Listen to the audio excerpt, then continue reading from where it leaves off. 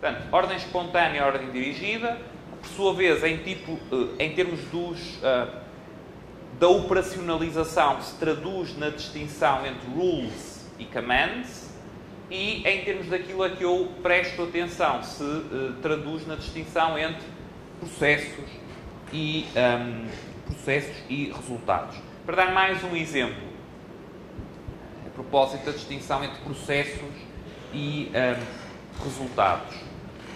Numa perspectiva, em termos de ordem espontânea, que a escola austríaca privilegia, o que é que será mais relevante em termos da legitimidade de um determinado padrão de distribuição de renda?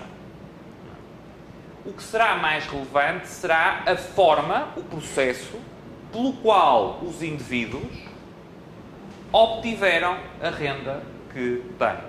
Se o indivíduo tiver obtido a sua renda de forma legítima, por um processo legítimo, trabalhando, não roubando, não é? Investindo, não roubando, então,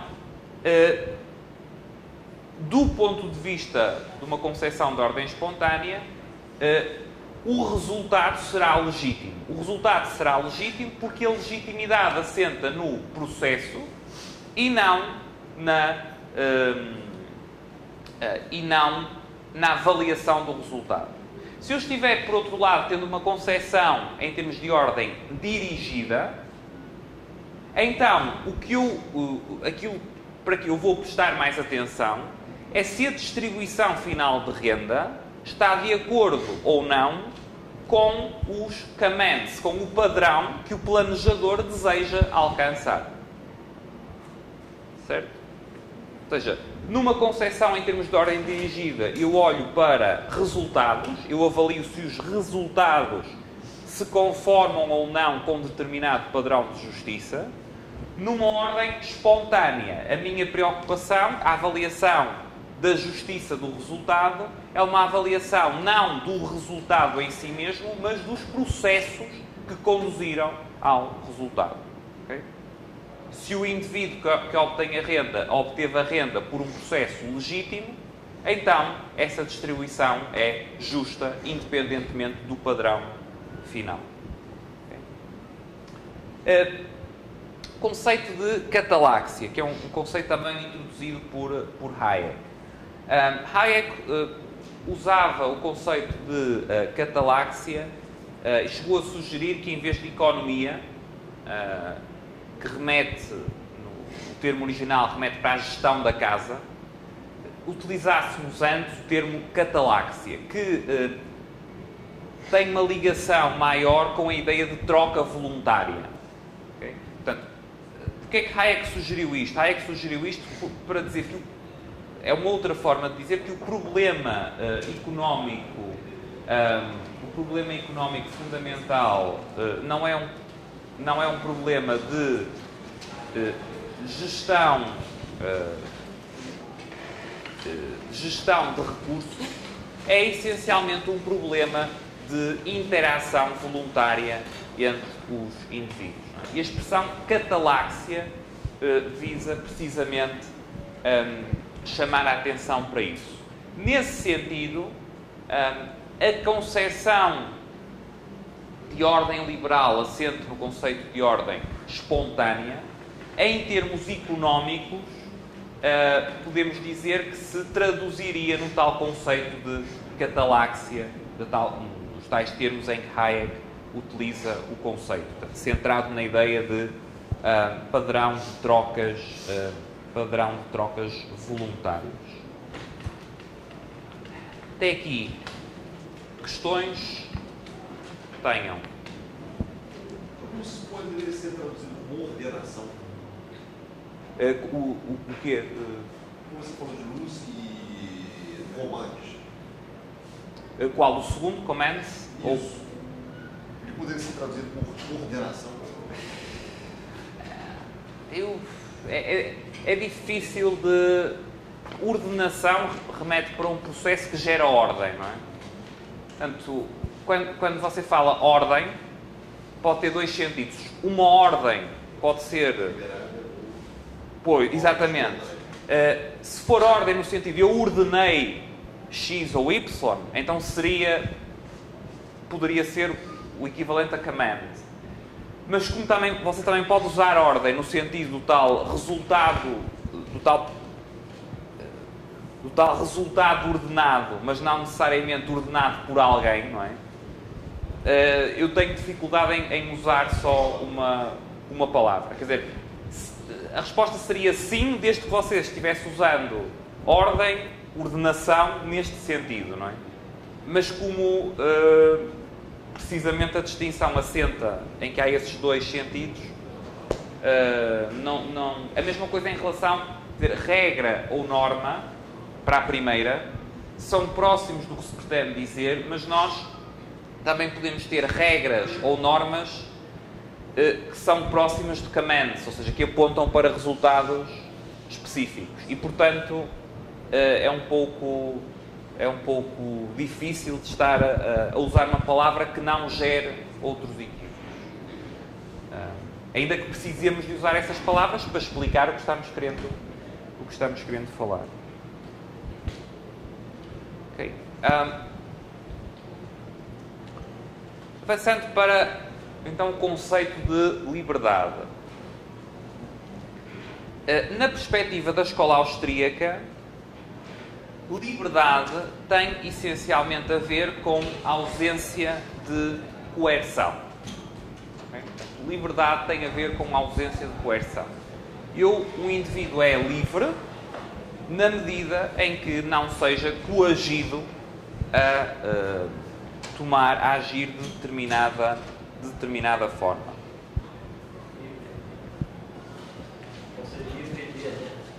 Livre de, sim, the freedom from. Portanto, livre de, diga?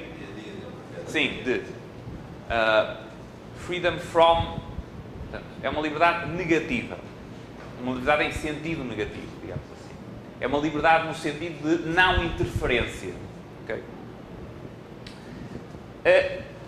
No entanto, isto, aliás, volta a remeter para as tais duas concepções de liberalismo, não é? Uma outra forma de ver o que falámos na última sessão.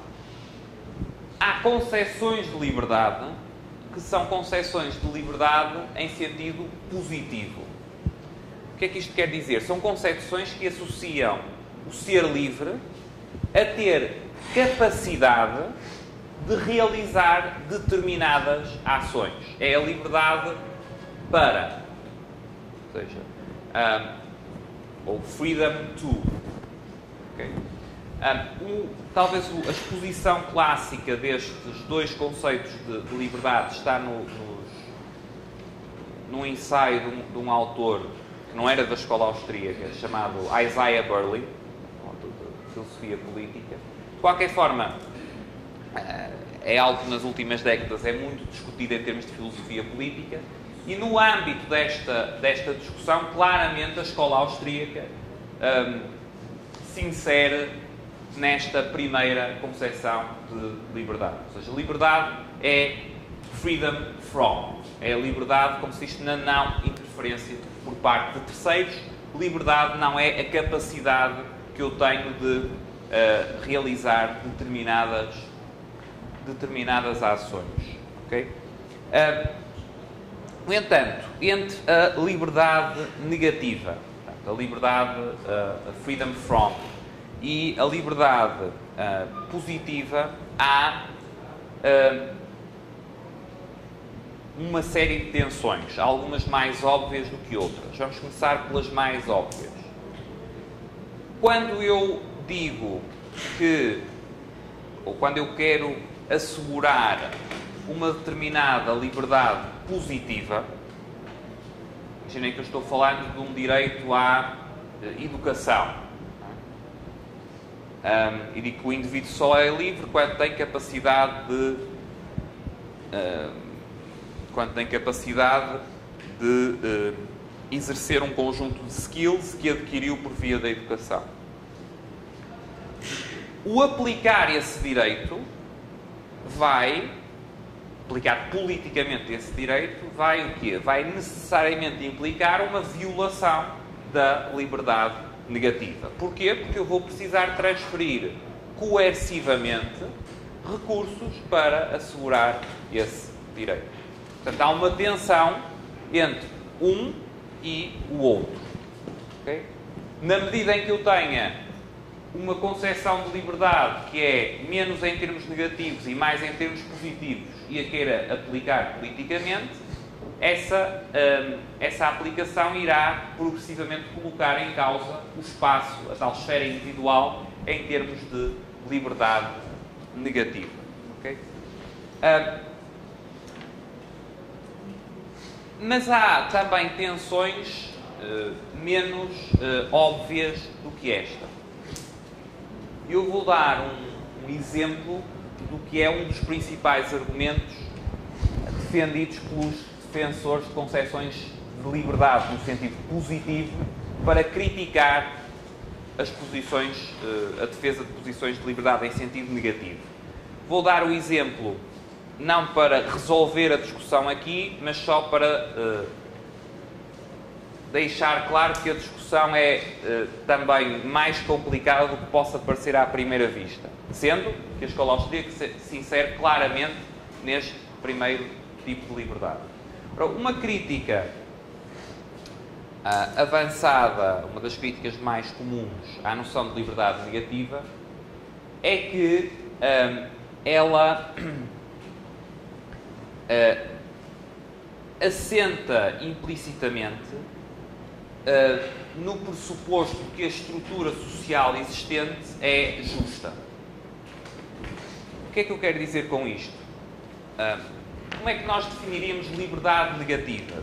Portanto, em termos do direito de não interferência, definiríamos no sentido de você pode fazer o que quiser com o seu corpo e com a sua propriedade, com aquilo que você é proprietário, certo? Sem interferência de terceiros. E nessa medida você é livre na sua esfera de direitos individuais, que inclui os seus direitos de propriedade. Agora, o que é que um defensor da noção de liberdade positiva pode responder face a isto? Ele pode dizer que o facto de você admitir a existência de uma determinada estrutura de direitos de propriedade é algo que você está implicitamente a tomar como adquirido, a justiça dessa estrutura. Por outras palavras, estou a ver ali uma pessoa com um relógio.